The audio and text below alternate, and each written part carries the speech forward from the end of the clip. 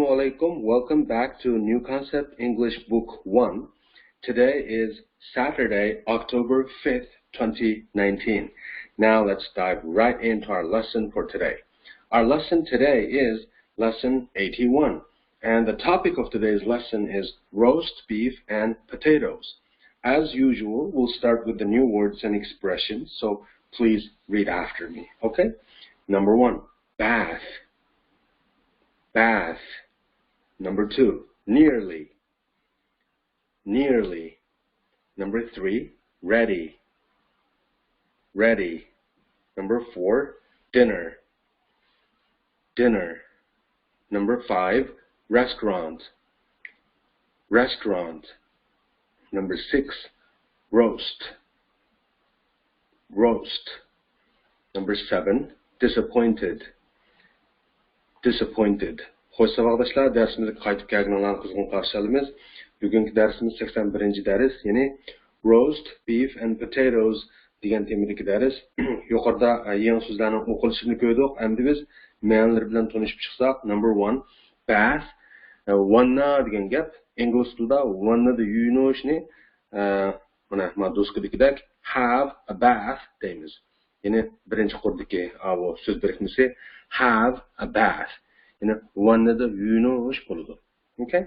Xo'sh, ma'lum wanna the yuvishni have a bath desak, unda ustidan tushib turadigan, ustidan suv tushib turadigan yuvinishni qanday deymiz deb so'rasangiz, uni take a shower deymiz. Bu yerga shower shu ustidan tushib turadigan suv degan gap. Okay? Xo'sh, uzun gapning qisqasi wanna the yuvinishni have a bath. Ustidan suv tushib turadigan yuvinishni take a shower deymiz. Albatta bathga have ni ishlatyapti, showerga take ni ishlatyapti. Mushunda ishlatamiz ingliz tilida. Okay?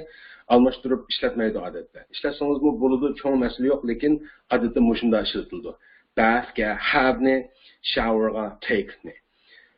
Undaq so'rashingiz mumkin, ma'lum have ni biz ba deb o'rgangan to'q. Masalan, I have a book desak, menda bir kitob bor degan ma'no bildiryapti. Masalan, take ni elish deb o'rgangan to'q. Unda bu yerda have take la yana masalan have ba'dan boshqa yana mishadi. Masalan, one of the yunish degan shu yunish degan ishda bir ma'nosi bor ekanda deb o'ylayapsiz. Andan keyin take ni elish deb o'rgangan to'q asl so'z ma'nosini. Men endi shu ustidan suv tushib turadigan shunday holatda yunish degandiki, shunday buning take ning mana yunish degan bir ma'nosi bor ekan deb o'ylayapsiz. Shundaqmi? Ha, buni o'ylashingizni umid qilaman. Demakchi, o'xshash bir so'z have o'xshamagan joylarga kelganda o'xshamagan ma'nolarni anglatadi. Take mashundaq. Amaliyotda have degan so'zningki yana nurg'un ishlatilish o'rinlarini ko'ramiz bugungi darsimizda. Okay? Dars diqqatingiz davomli ekranimizda bo'lsin unda bo'lsa. Ishqilib bugun have ningki yamanjiq ishlatilish o'rnini o'rgandikanman degan bir tayyorlik bo'lsin qalbingizda. Okay, uzun gapning qisqasi birinchi so'zimiz bath ning ma'nosi nima bo'ldi? Wanna bo'ldi. Ya'ni wanna the yunishdagi wanna. Okay? Wanna the yunishni nima deydigan bo'ldik? Have a bath deydigan bo'ldik. Okay? Mana shunga yandab avo ustidan suv tushib turadigan yunishni deb berdim-ku hozir. Unutqanman. Okay? Number 2, nearly. Nearly degan asosan oz qolgan degan ma'nosi bor so'z. Buningki doskadagi ahvoli mundaq. Mana men bu yerni yoshirib qo'ygandim tigga. Ekranning tigga. Sababi ustidagi misol bilan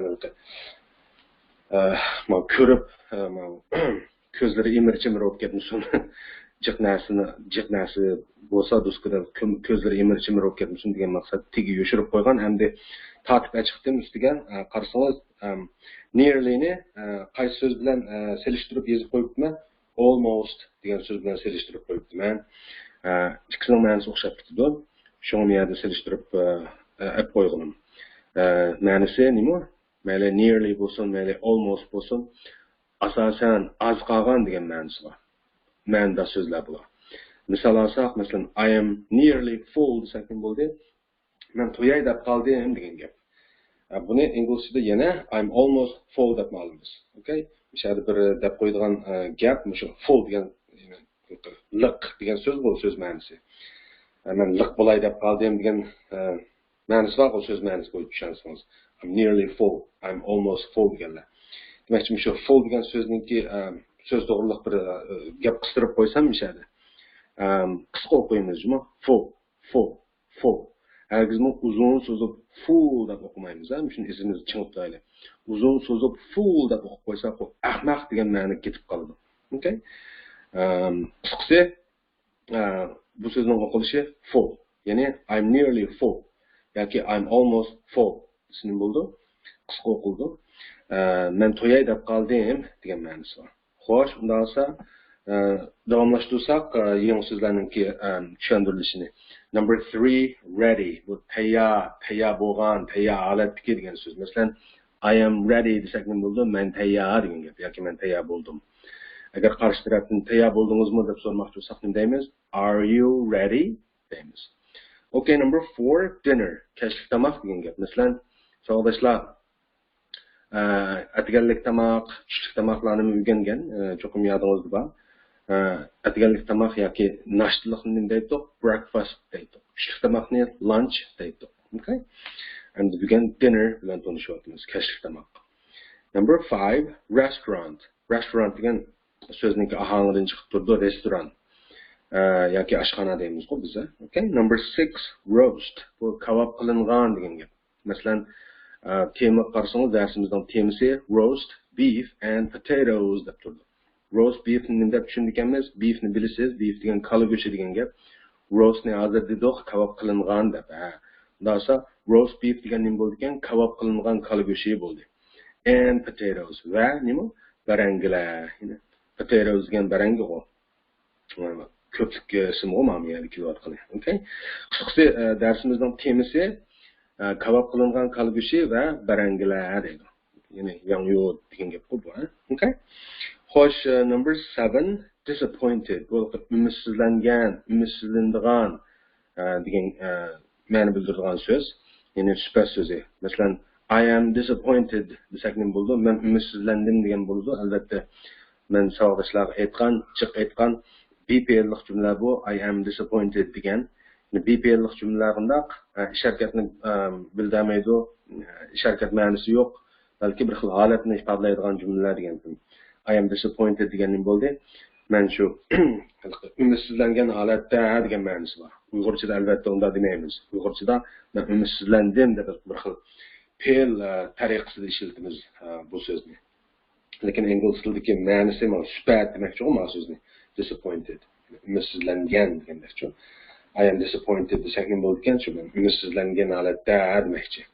Xo'sh, yangi so'zlar bilan shunchalik tanishaylik. Endi biz dialogni o'rganamiz albatta. Dialogni o'rganishdan burun nima ish qilardik? Shu dialogni o'rganib bo'lib,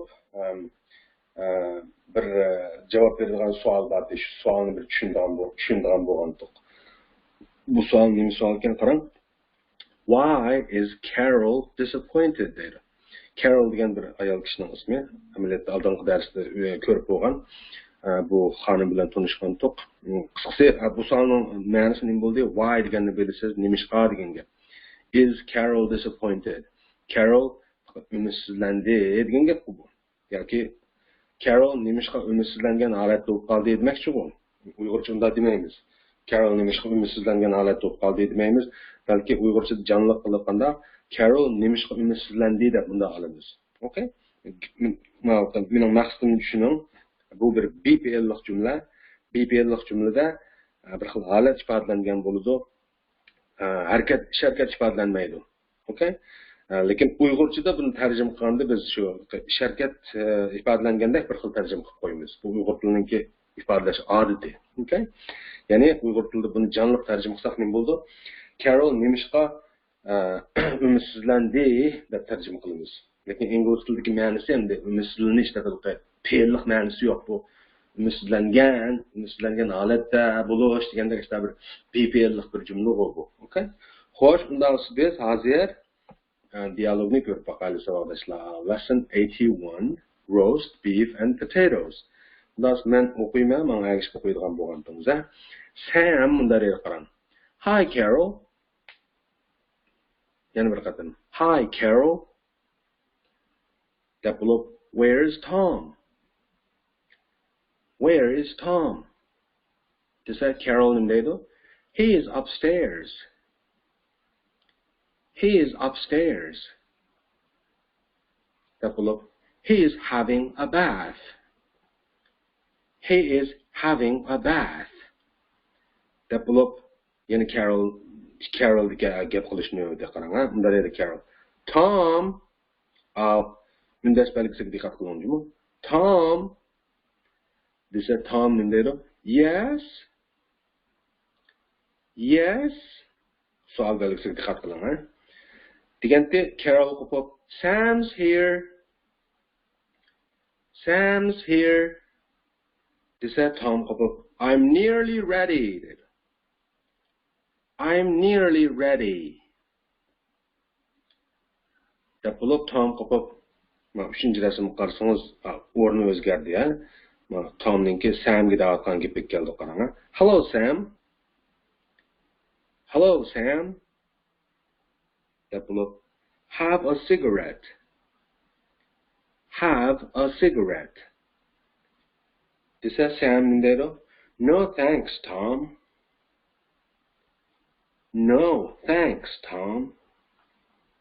Desa Tom qo'pib, have a glass of whiskey then. Have a glass of whiskey then. Desa Sam nima deydi? Okay, thanks. Okay, thanks. Dedi. Desa Tom nima deydi? Qarang, men ozroq ustiga chiqaray, ha? Tom qo'pib, is dinner ready, Carol? Is dinner ready, Carol? Desa Carol nima deydi? Unda javob berdi, it's nearly ready. It's nearly ready. Deb bo'lib, we can have dinner at 7 o'clock. We can have dinner at 7 o'clock. This is Tom qo'pib, Sam and I had lunch together today. Sam and I had lunch together today. Deb bo'lib, we went to a restaurant. We went to a restaurant. Desa Carol nima dedi? What did you have? What did you have? Desa Tom qo'pib, we had roast beef and potatoes. We had roast beef and potatoes. Desa Carol qo'pib, oh.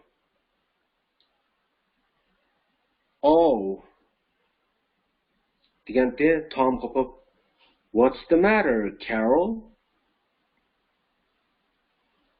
What's the matter, Carol? Desa Carol qo'pib, well, you're going to have roast beef and potatoes again tonight.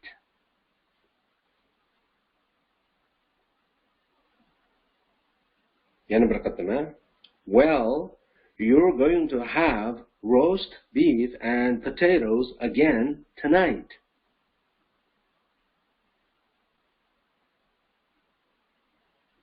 Okay?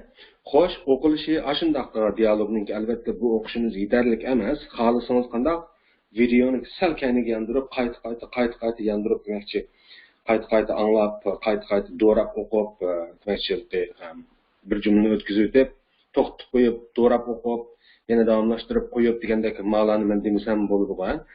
Demakchi, o'g'lim bir qadam o'qib qo'yganlik yetarlik emas, savoldoshlar. Okay, men samimiy gapni qilsaq, ingliz tilini o'rganishninki yaxshi usuli qanday?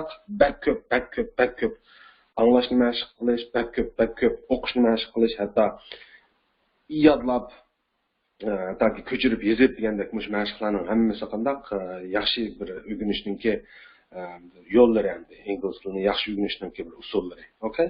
Xo'sh, quruq gapni shunchalik qilaylik, endi biz ma'nosi bilan tanishib chiqsak, tekstniki qarang. Oldi bilan nimadan boshlaylik? Bu darsniki temasidan boshlaylik qarang. Lesson 81, ya'ni 81 dars, roast beef and potatoes. Nima bo'ldi? Kebab qilingan kalgo'shi va barangilar degan gap. Okay, darsning temasi. Savol nima edi? Bizdan so'ralgan savol mana bu yerda baqarsangiz. Why is Carol disappointed? Abiman deb bo'lgan bu gapni. Carol nimishqa umidsizlandi degan gap bu. Okay? Xo'sh, sen boshladingmi dialogni qarang. Men jumla tushuntirib beraman. Sen bunda dedi qarang. Birinchi rasmga qarab turaylik, ha. Hi Carol. Develop, where's Tom dedi. Yaxshimisiz Carol degan gap bu. Where's Tom? Qani, where degan qani, qayerda degan gap, ya'ni qayerda bo'lsa Tom, ya'ni Tom qayerda yoki Tom qani degan gap bu. Okay? Qarasangiz Sam degan kishi qanday shu sirtdan kirib, uyga kirib davotgan gap bu, ha? Sirtdan kirib, demakchi eshikni Carol ochdi deylik. Sam uyga kirib, "Hi Carol, where is Tom?" deb davotidi. Ya'ni yaxshimisiz Carol, Tom qani deb. Carol nima deb javob berdi bu gapga? Qarang. He's upstairs. Siz bilasiz upstairs ni. Upstairs degan ustki qavat degan gap yoki ustki qavatda degan ma'nosi ham yerda. He'ning kendiki past as nimaga tang? Ning qo'shimchasi emas balki BPL is jumla, ya'ni he is upstairs degan jumla bo'ladi. Ma'nosi nima? U ustki qavatda degan gap. Okay? Agar u aslan qavatda, ya'ni tigrik qavatda yoki pastki qavatda demoqchi bo'lsak nima deydik? He is downstairs deydik. Downstairs degan pastki qavat, upstairs degan ustki qavat. Okay? Ustki qavat. Xo'sh, uzun gapning qisqasi he is upstairs degan nima bo'ldi? U ustki qavatda yoki ustki qavatda. Deb bo'lib, he is having a bath deydi. He is having a bath. Nima degan gap bu? Endi boshlandi abi men have degan so'zningki nurg'un ishilib o'xshamaydigan joylarda o'xshamagan ma'nolarni anglatadiganligini o'rganamiz degandim qo'y. Endi boshlanib ketdi qarang. He is having a bath. Oldi bilan jumlaningki zamon shaklini to'nib baqsaq, qaysi zamon bu? Hozirgi davomlashayotgan zaman. Nima degan gap bu? Hozirgi davomlashayotgan zaman degan shu topda bo'layotgan ahvol, shu topda davomlashayotgan sharkatni bildiradigan zaman bu hozirgi davomlashayotgan zaman. Demakchi he is having a bath degan nima bo'ldi? U vannada yuyunyapti degan gap, uzun gapning qisqasi. Okay? U bo'lsa yuyunyapti vannada. Miyarga have ning ma'nosi nima bo'ldi? So'z ma'nosi shu vannada yuyunish degan bo'ldi. Okay? Yani davomli ko'rimiz orqali boshqa ma'nolarni. Xo'sh, Carol ashta debdi, Sam sirtdan kirib, masalan, yaxshimisiz Carol deb yoki Carol tijliqma deb tijliqma Carol deb Tom qani desa, Carol nima degan bo'ldi? U ustida deb u vannada yuyunyapti degan bo'ldi. Okay? Ondan Carol chaqirib qoldi Tomni. Tom deb o'qilish ahangida diqqat qilaylikmi? Undash belgilik bir ahangda undash belgisi bormi bu yerda? Tom, ya'ni bir odam chaqirdi ingliz tilida. Tom bu gapni anglab nima dedi? Qarang, ikkinchi rasmga qarasangiz, Carol shu ustidan qarab chaqiryapti. Tom qo'pib qandaq vannada yuyunyapti, qarang. Tom nima deb javob berdi? Vannada yuyunyapqash. Yes. Nimish degan gapni ingliz tilida mana shunday ifodalaydi. Nima yoki xo'sh degandek. Agar yodingizda bo'lsa, birinchi darsda, kitobimizningki birinchi darsda qanday excuse me desa yes deb inkas qaytib o'qandi. Xo'sh degan ma'ni bildiradi. Okay? Xo'sh, shu ma'nosi, o'xshash ma'no beradi. O'sha yerda aytdim. Okay, uzun gapning qisqasi Carol Tom deb chaqirsa Tom qo'pib yes deb javob beradi. Xo'sh, nima gap degandek. Carol nima dedi? Sam's here. Niyadagi Samning kendiki past as nimani bildirdi? Is juma hargiz ning qo'shimchasi emas. Juma ning qo'shimchasi ma'nosini bildirib qolsa, ma'nosiz bir jumla bo'ladi mana. Hargiz ning qo'shimchasi emas, balki is, ya'ni BPL is. Ne shu baq chaqlayotgan ahvol bormi yoki Samga. Xo'sh, Sam's here degan nima bo'ldi? O'zing gapning qisqasi. Sam bo'lsa bu yerda degan gap. Here degan bu yer, misha degan gap bor. Undan sonra buni Uyg'urchada jonliq nima deymiz? Tom keldi deb olamiz mana. Okay? Sam's ama Tom deyman, Sam keldi degan gap. Sam keldi deydi. Yoki Sam mishada, yoki Sam miyada. Engilizcha Sam's here deganni Uyg'urcha jonliq qilib qanda Sam keldi deb olamiz. Söz ma'nosi bor desak albatta Sam miyada, mishada degan gap. Xo'sh, Tom bu gapga nima deb javob berdi? Qarang. I'm nearly ready degan nima?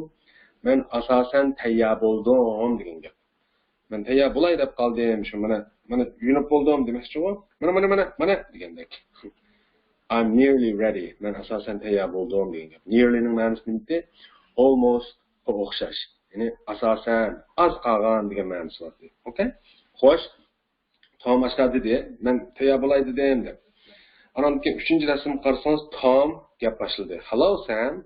Qarasangiz Tom ishlarini tugatib bu munchidan chiqib bo'pti. Chiqib pastki qavatga tushib bu Tom bilan ko'rashdi deylik Samni. Okay? Tom ishlarini tugatib Sam bilan ko'rashga pastga tushdi deylik. Xo'sh, 3. rasmda qanday? Hello Sam. Yaxshimisiz Sam? Yoki tinchlikmi Sam? deydi. Deb bo'lib have a cigarette. Me'yorga have no ma'nosi nima? Abiyam dedim, nurg'un o'xshamagan ma'nolarni o'rganimizda. Cigarette degan bilasiz, tamaki degan gap. Have a cigarette deb masalan qarshi tarafga tanglasa nima degan bo'ladi? Tamaki checking degan bo'ladi. Have degan nima? Shu iling degandek kashta ma'nosi olgandi. Shu albatta jonliq ozod Uyg'ur tilida. Tamakidan bir neylanga dedi. Checking demoqchi-ku. Demek have nima deb tushundik emas, shu elang, checking deb tushundik emas.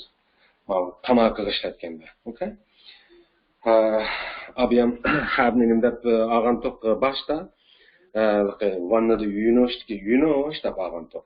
Hamda qanday tamaki elang deb elang deb yoki elish degan ma'nosi bor deb tushunamiz. Okay? Tamakidan bir neylanga deganda Sam nima deb javob berdi bu gapga? No thanks Tom. Yo'q, rahmat Tom dedi. Yo'q, rahmat Tom. Tushunish tez emas, ma jumlani. Desa Tom qo'pib, have a glass of whiskey then. Have degan yana kilyotdi bu yerda. Hamda nimaga ishlatilyotdi? Qarsangiz, a glass of whiskey. Glass degan aynak stakan. Whiskey degan whiskey haraqi. Then degan unda bo'lsa degan gap qo'y. Amasa unda bo'lsa degan ma'nosi bor. Then niki. Nima tushunimiz unda bu jumlani? Amasa bir stakan qahva iching yoki bir stakan qahva elang degan ma'nosi bor. Havni elang deb tushunsak bo'ldi, iching deb tushunsak bo'ldi. Bunday ichimliklarga ishlatganda nima ma'nosi bor ekan? Havninki ichish degan ma'nosi bor ekan. Tamakiga ishlatganda-chi chekish degan ma'nosi bor ekan. Mana buni diqqat qilib turaylik. Okay? Have a glass of whiskey dan degani uzun gapning qisqasi. Hamisi bir stakan qahva deyman. Bir stakan whiskey iching'a deydi. Desa Sam bu gapga nima deb javob berdi? Okay, thanks. Ma'qul, rahmat. Okay, thanks. Ma'qul, rahmat dedi. Tom qo'pib, is dinner ready, Carol? Qarsangiz 4-rasmda Tom bilan Sam ikkisi qanday oshxonaga kirib Carolniki qilayotgan ishga qarayotgandek turdi qarab. Tom nima deb gap qildi Carolga? Is dinner ready, Carol? Degan gap bu. Dinner degan kechki tamoqdi, ready degan tayyor. Dasa, is dinner ready degan qarsangiz, agar dinner is ready bo'lgan bo'lsa, ya'ni dinner boshda kelib is keyindan kelgan bo'lsa, kechki tamoq tayyor bo'ldi degan ma'no bildiradi. Shundaqla is bilan dinnerning, ya'ni dinner bilan isning o'rnini almashtirib qo'ysak, ya'ni is boshda kelsa qanday? Bu bir savol jumlaga aylandi. Bu qoida yodingizda bor, ya'ni is degan mishada BPL yeni cümlenin xabar oldu. Dinner degan cümlenin igisi, yeni agar xabar oldida igi kayinda kelib qolsa bu bir savol jumla shaklida. Agar undan olmay igi oldida xabar kayinda kelsa albatta bayon jumla bo'ladi. Ma gap tushunishliqmi? Unda olsa is dinner ready degan qarmoq qilganda savol jumla, ya'ni kechki tamoq tayyor bo'ldimi yoki tayyormi degan gap bu. Carol deb so'radi. Kechki tamoq tayyor bo'ldimi Carol deb so'rasa, Carol nima deb javob berdi? It's nearly ready. Nearly nabiyam deb bo'lgan asosan it's nearly ready deganim bo'ldi. U asosan tayyor bo'ldi degan gap. Tayyor bo'lay deb qoldi demak cho'g'mayadi. Bu Uyg'urcha jonliq ashta azaq bo'ldi. Tayyor bo'lay deb qoldi. Deb bo'lib, we can have dinner at 7 o'clock. We can have dinner at 7 o'clock. Can degan yodingizda bor. Qisaq bo'ladi, qila olamiz degan ma'nosi bor. Have degan miyada dinner ishlatilibdi. Dinner degan kechki tomoq deydi. Hozir have dinner deki have ni deb tushunsak bo'lar. Kechki tomoq yeyish deb tushunsak bo'ladi. Unda olsa biz kechki tomoq yesak bo'ladi yoki yeyalaymiz at 7 o'clock. Soat 7da. Biz soat 7da kechki tomoq yesak bo'ladi degan gapken qo'y. We can have dinner at 7 o'clock. Okay? Bakchiq o'q. O'qitmash qilsangiz o'zingiz uchun foydali. Okay, we can have dinner at 7 o'clock. We can have dinner at 7 o'clock. We can have dinner at 7 o'clock. We can have dinner at 7 o'clock. Chiqmash qiling, okay? Soat 7da kechki tomoq yesak bo'ladi degan gap.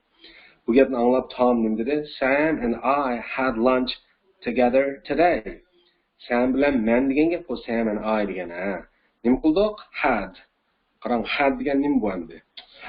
Had degan amaliyotda have ning o'tgan zamon shakli. Yodingizda bormi? Biz bir necha darsning oldida o'tgan zamonga kirganda, tunji qatim kirgan vaqtimizda, o'sha o'tgan zamon temasiga kirgan vaqtimizda har qanday fe'lningki bir o'tgan zamon shakli bo'ladi degan gapni qilgan to'q. Unda bu had degan nima? Had lunch degan had, o'sha yeyishdagi have ning o'tgan zamon shakli. Üstüdeki cümle qarsangiz, we can have dinner at 7 o'clock degan have ni nima dedim men? Yeyish dedim qo'y, yeyish deb olamiz. Ya'ni kechki tomoq yeyish qo'y. Ma asl shakli fe'lningki. Buning o'tgan zamon shakli nima bo'ldi? Had bo'ldi. Bo'lsa Sam and I had lunch degan nima? Sam bilan men yeb oldik yoki yedik tushlik tomoqni together billa today bugun. Nima degan gap bu? Sam bilan men bugun tushlik tomoqni birga yegan to'q degan gap bu. Okay? Tushunishibmi? Deb bo'lib, we went to a restaurant dedi. Went degan nima? Go ning o'tgan zamon shakli yodingizda bo'lsa, berish. Ya'ni biz borgan to'q bir restoranga degan gap bu. We went to a restaurant. Okay? Went go ning o'tgan zamon shakli, ya'ni berish ning o'tgan zamon shakli. O'tgan zamonda ashta ifodalaymiz bu berishni. Went. Go demaymiz. Go degan qanday hozirgi oddiy zamonga ishlatildi. Xo'sh, uzun gapning qisqasi we went to a restaurant degan nima bo'ldi? Biz bir restoranga borgan to'q degan gap bo'ldi. Oldingi jumla bilan qo'shib desak, Sam bilan men yoki Sam ikkimiz deb olsak xato emas. Sam ikkimiz bugun birga tushlik tomoq yegan to'q deb bo'lib, biz bir restoranga borgan to'q deydi. Desak, Carol nima deb javob berdi? What did you have? What did you have? Bilasiz bu jumlani did degan yordamchi fe'l, do ning o'tgan zamon shakli. Yordamchi fe'l demakchi bu savol jumla bu. Agar bayon jumla bo'lgan bo'lsa, yordamchi fe'lning lozimi yo'q deydi. Masalan, bo'libmi bayon bo'lishlik jumlalarda yordamchi fe'lning lozimi yo'q deydi. Yordamchi fe'l nerede lozim bo'ladi? Birisi savol jumlasi lozim bo'ladi, yana birisi inkor jumlasi lozim bo'ladi. Mana bir savol jumla. Ya'ni yordamchi fe'l do, did o'zgardi, lekin fe'l qanday o'z asl shaklida keldi. Ya'ni asl shaklida keldi. Have deb. Uzun gapning qisqasi what did you have degan nima bo'ldi? Nima yegantinglar degan gap bu. Did you have? Nima yegantinglar? O'tgan zamonda deb did ni ishlatib tushunyapsiz ha. Tom nima degandi? Sen bilan men bugun tushlik tomoqni birga yegan to'q, biz restoranga borgan to'q deginiga shu nima yegantinglar deb yeyishga have ni ishlatib, albatta have o'z shaklida kelyapti, asl shaklda sababi yordamchi fe'l do did o'zgarish, ya'ni o'tgan zamonga o'zgarish vazifasini yordamchi fe'l do o'z ustiga olib did deb o'zgarganligi uchun fe'l asl shaklda keldi. What did you have? Uzun gapning qisqasi nima yegantinglar? Okay? Desa Tom nima deb javob berdi? We had roast beef and potatoes. Tushunyapsiz?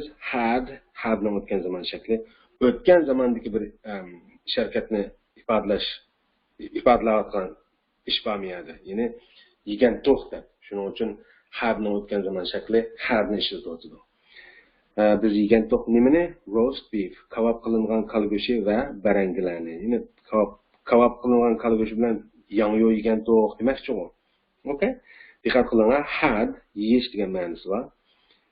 Desa Carol popib deydi. Deb urg'uluq og'ini qandaqdir bir xilda salqi umidsizlanganlik bir ahanga chiqib turyapti bu yerda. Okay? Desa Tom nim dedi? What's the matter, Carol? What's the matter ni bak bilasiz, kon darslarda biz jiq uchratgan nima bo'ldi? Masala nima degandek ma'nosi bor to'g'ri. Okay? Nima bo'ldi, Carol? Uzun gapning qisqasi bu jumlaning ma'nosi. What's the matter, Carol? Nima bo'ldi, Carol? Desa Carol nima javob berdi? Well nobdan bilasiz, well degan endi nima desam bo'ladi degandek bir ma'nosi bor so'zda. Yodingizda bor. You're going to have roast beef and potatoes again tonight. Uzun jumla bu qarasangiz, lekin amaliyotda oson jumla bu tushunishga.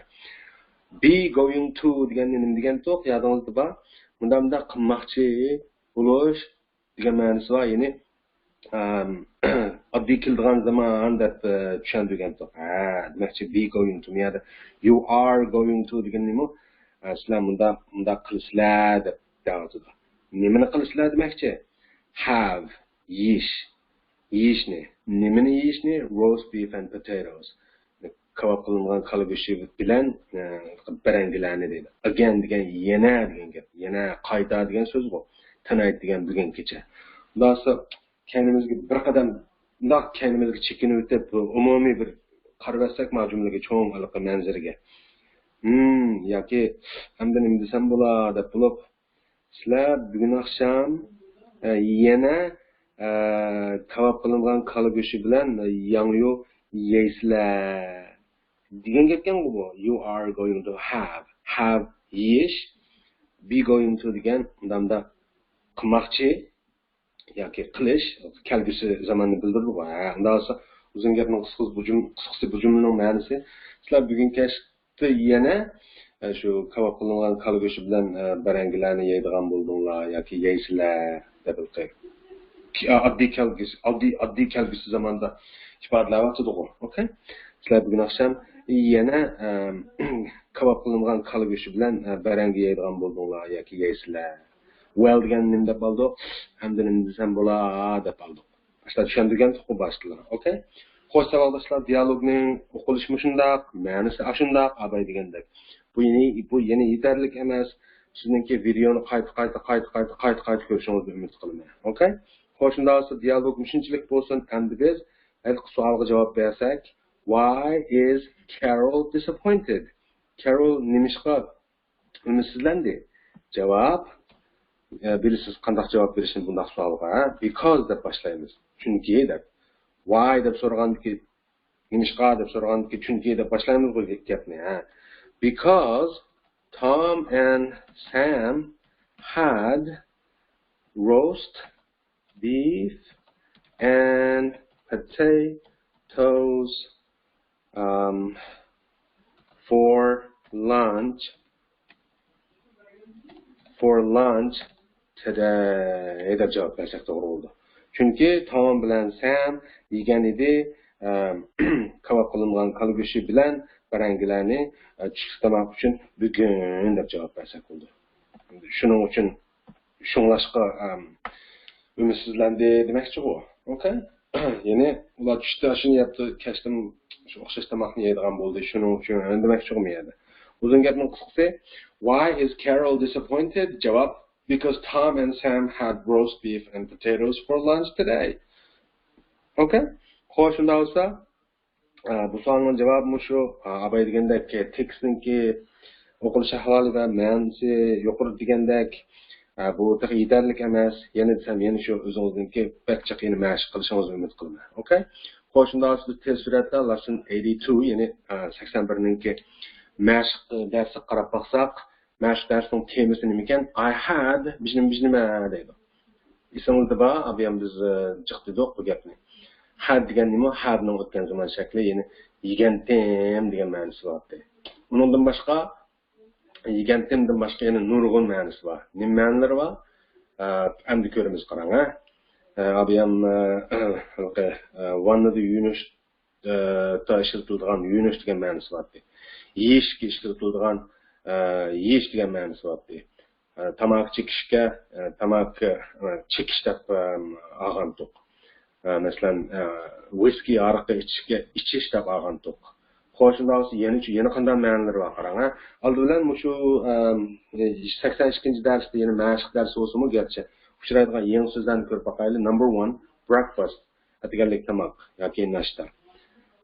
Bu amaliyotda siz ko'rgan so'z, lekin menda bir takror bo'lib qolsin. Okay, number 2, haircut. Haircut degan chash yastish degan gap. Hair degan chash, cut degan kesish. Haircut degan nima? Chash kesish. Amaliyotda shu chash yastish qartilgan. Okay? İkisi bir so'z, ma'nosi shu endi. Ism jumla, ism shakli, haircut. Masalan, İngilizce'de I had a haircut desak ne bo'ldi? Men chechimni yasatdim bo'ldi. Haircut deganni chash yastish deb oldik desak, had deganni shu ishni qildim degan ma'nosi va deb olsak, I had a haircut desak ne bo'ldi ekan inglizchada?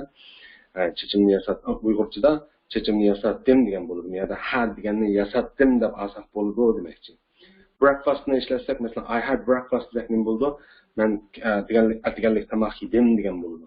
Agar partyga ishlasak-chi, I had masalan a party desak-chi, men bir o'tirish qildim degan bo'ladi. O'tirishdan birini o'tkazdim degandek-chi. Demak, hadninki asli shakli have-go, ma'nosi intayin ko'p. Shu ekranda ko'rayotgan 4 yangi so'zninki 4siga 4 xil ma'no olib ekan. Yana bir qatim desam breakfastni qo'ysak, I had breakfast desak, men nashta qildim degan ma'nosi bor. I had a haircut desak, men chechimni yasatdim degan ma'nosi bor. I had a party desak, men o'tirish qildim degan ma'nosi bor.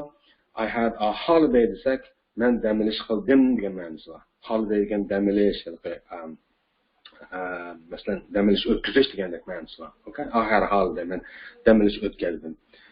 Okay, xo'sh, yangi so'zlar 82-darsninki mushular, endi biz bu yangi so'zlarni qanday abay degandek hadninki yana boshqa yangi so'zlarga qo'shib bir mashq qilsakmi, I had bizim degan jumla shakliga qo'yib. 760-rasmda qanday breakfast. Breakfast degan nima? Deganlik nashta. Masalan, I had breakfast desak nima bo'ldi? Men nashta qilgandim bo'ldi. 870-rasm I had lunch desak nima bo'ldi? Men tushlik tamoq yegandim bo'ldi. 980-rasm I had tea bo'lsa men choy ichgandim bo'ldi. 1010-rasm I had dinner desak men kechki tamoq yegandim bo'ldi. Qarang, kechki tamoq, tushlik tamoq, deganlik tamoqlarga yegandim deb yeyish degan ma'noda ishlatyapmiz. Choyga ichish deb ishlatyapmiz. Mana tushunyapsiz, ha? Okay, davomli qarasangiz 1020-rasmda I had a meal desak nima bo'ldi? Meal deganni bilasiz, bir tushlik tamoq, ya'ni bir vaqtlik tamoq degan gap. I had a meal degan tamoq yedim degan bo'ldi. I had a swim desak, swim degan yerda ism ma'nosi bor. Ya'ni suvga cho'milish degan gap. Undan I had a swim desak nima bo'ldi ekan? Men suvga cho'mildim degan bo'ldi ekan. 1040-rasm I had a bath, men vannada yuyindim degan bo'ldi. 1050-rasm I had a haircut, men chechimni yasatdim, men chash yasatdim degan bo'ldi. 1060-rasm I had a lesson, men dars o'qidim degan bo'ldi. 1070-rasm I had a party, men o'tirish qildim degan bo'ldi. 1080-rasm I had a holiday, men dam olish qildim degan bo'ldi yoki dam olish o'tkazdim degan bo'ldi. Qarangma, dengiz bo'yida ama kun nurida rohatlanib turibdi. 1090-rasm I had a good time. Good time deganni so'z ma'nosi bo'yicha tushunsak, yaxshi vaqt degan gap amaliyotda yaxshi bir chaqni o'tkazish yoki ko'ngillik bir vaqtni o'tkazish degan gap. Yoki ko'ngillik bir o'ynash degandek-ku. Uzun gapning qisqasi I had a good time deganni nima deb tushunamiz Uyg'ur tilida? Men yaxshi o'ynadim, ko'ngillik o'ynadim deb tushunamiz. Okay? Xo'sh, yuqoriqilar og'zaki mashqlar. Og'zaki mashqlardan keyin qanday endi biz yozmish mashqlarni ko'ramiz. Savoldoshlar, qarasangiz yozmish mashqlarninki, written exercise'ninki birinchi, ya'ni A mashqida nima deydi? Rewrite these sentences using drank, enjoyed yourself, are eating, went for, ate, or take degan mushu so'zlarni majumlarga qo'yib, majumlarni qaytadan yozing deydi, qarang. Nima degan gap bu? Tuvandagi majumlarni qayta yozing degan gap. Masalan, birinchisida they had a meal at a restaurant.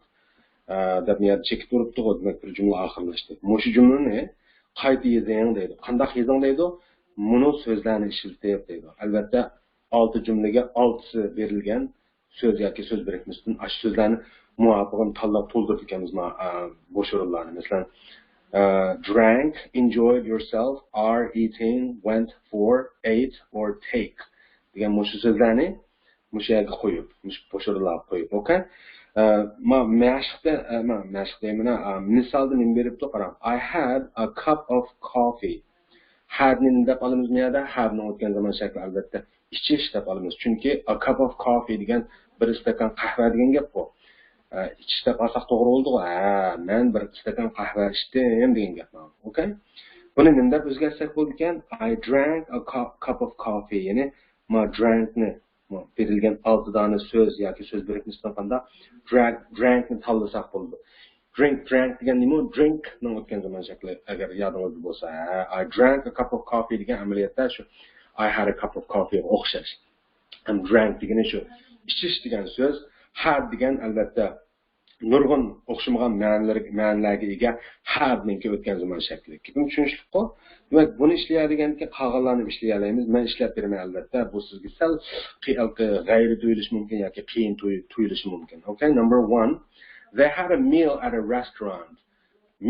A meal degan bir vaqt tamoq degan gap. Bir vaqt tamoq nima qilamiz biz? Yeymiz. Shunga had ni nima deb olamiz bu yerda? Yeyish deb olamiz. Yeyish deb degan ma'no oltida deb tushunamiz. They had a meal at a restaurant degan ular bir restoranda bir vaqt tamoq yedi degan gap bu.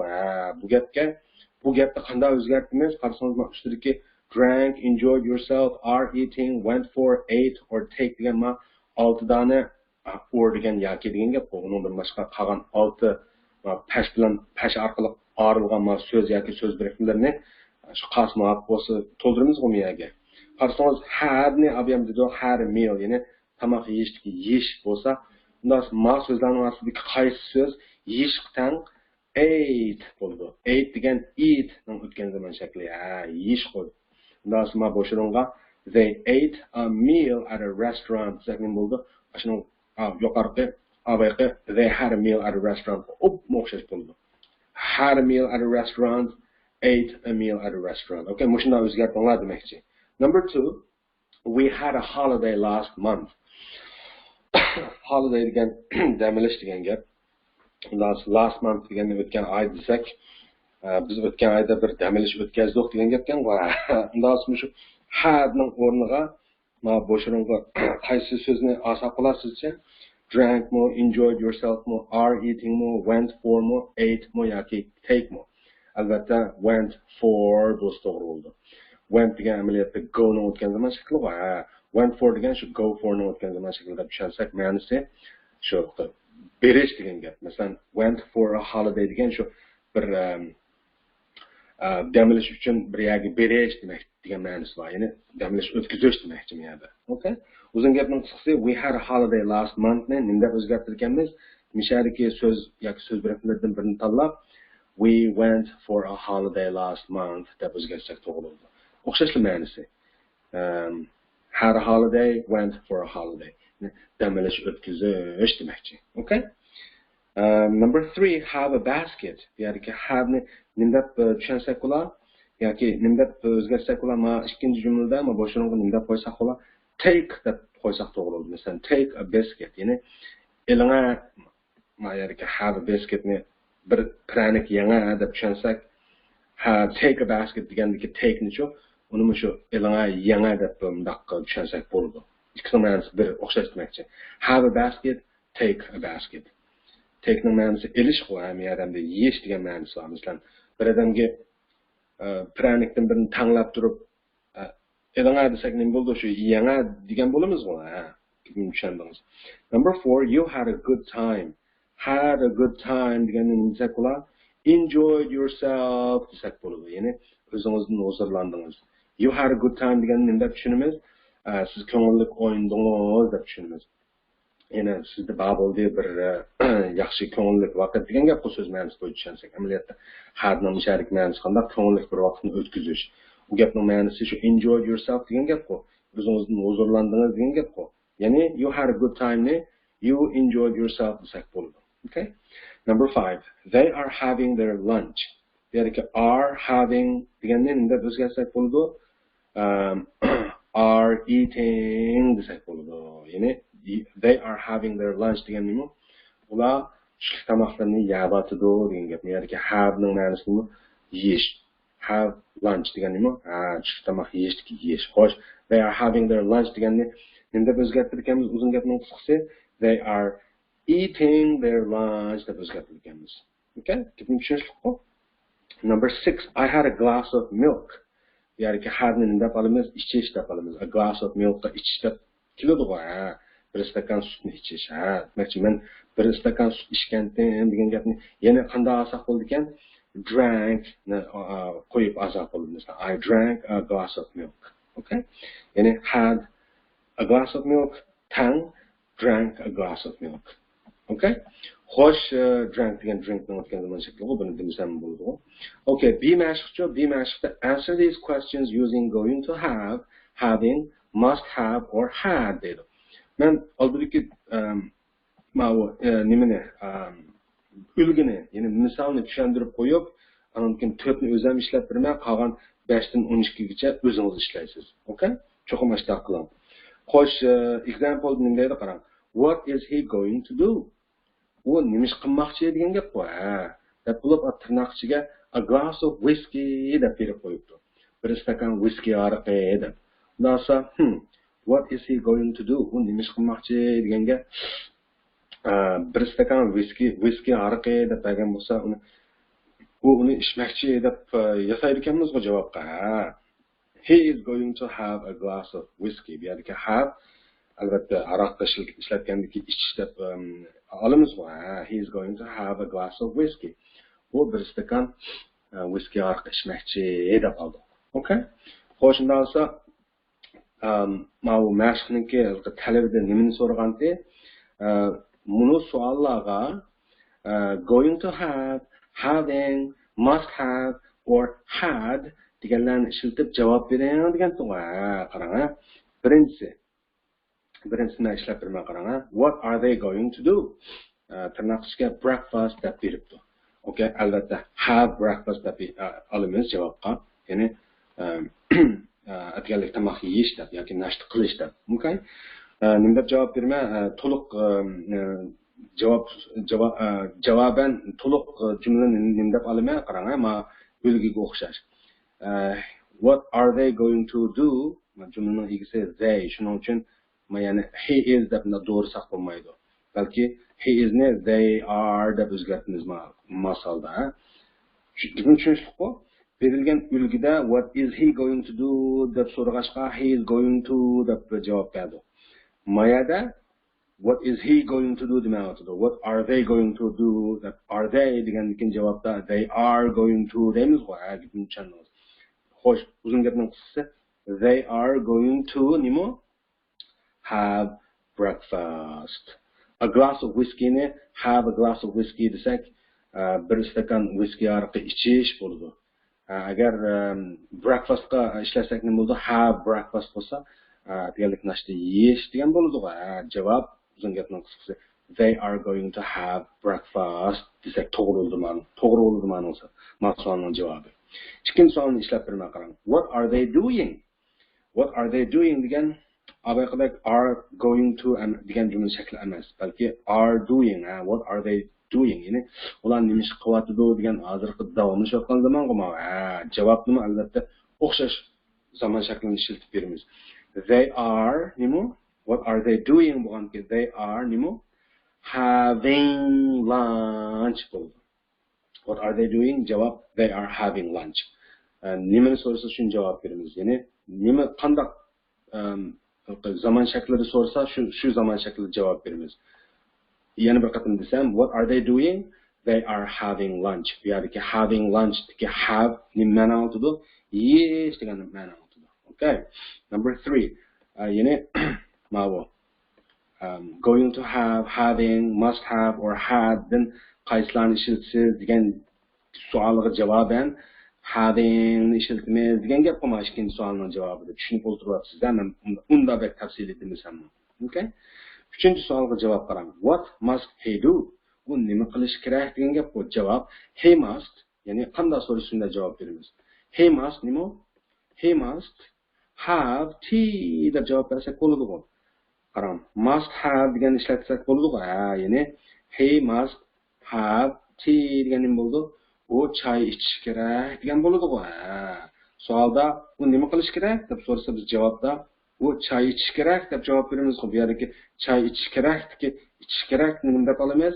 Must have deb olamiz. Bu yerga have nima? Shu ichish nurg'un ma'nolari bor dedi have ningki. Bu yerga ma'nosi have tea bo'lsa nima bo'ladi? He must have tea bo'lsa u choy ichish kerak bo'ladi. Ya'ni have ichish degan ma'no anglatgan bo'ladi. To'rtinchisi, what did they do? Ular nima ish qilgan degan gap ku.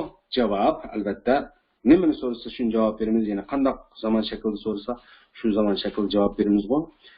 Uzun gapning qisqasi what did they do degan ular nima qildi yoki nima qilgan degan ma'noda javob they nima had qarang had ma to'rtisining ichida qarsini ishlatamiz. Ya'ni going to have, having, must have, had ning ichida qarsini ishlatamiz, had ni ishlatamiz. Ya'ni they had dinner.